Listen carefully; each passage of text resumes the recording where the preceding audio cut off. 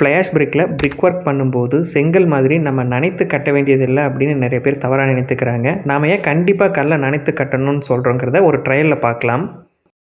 நீரில் நனைத்த வெட் பிரிக் இருக்குது, நீரில் நனைக்காத ட்ரை பிரிக் இருக்குது. ஸோ 2 பிரிக் மேலேயுமே நம்ம மார்ட்டர் அப்ளை பண்ணுறோம்.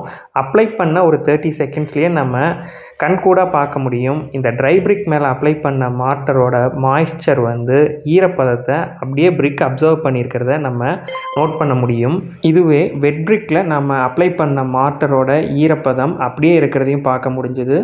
நம்ம மார்ட்டரை எடுக்க ட்ரை பண்ணும்போதும் ட்ரை பிரிக் மேலே இருந்த மார்ட்டர் அப்படியே கேக் மாதிரி பாண்டிங்கே இல்லாமல் வரதை பார்க்க முடிஞ்சுது. இதே வெட் பிரிக் மேலே இருந்த மார்ட்டரை எடுக்கும்போது அதுக்கு இனிஷியலாக ஒரு பாண்டிங் கிரியேட் ஆனதையும் நம்ம நோட் பண்ண முடிஞ்சுது. ஸோ இனிமேல் நீங்கள் ஃப்ளை ஆஷ் பிரிக் யூஸ் பண்ணாலும் கண்டிப்பாக அதையும் செங்கல் மாதிரியே நனைத்து அதுக்கப்புறம் நீங்கள் கன்ஸ்ட்ரக்ஷன் பண்ணுறதை என்ஷூர் பண்ணிக்கங்க. இப்படி ஒரு டெமோ மூலமாக ஈஸியாக புரிய வைக்க முடியும் அப்படிங்கிறத காமிச்ச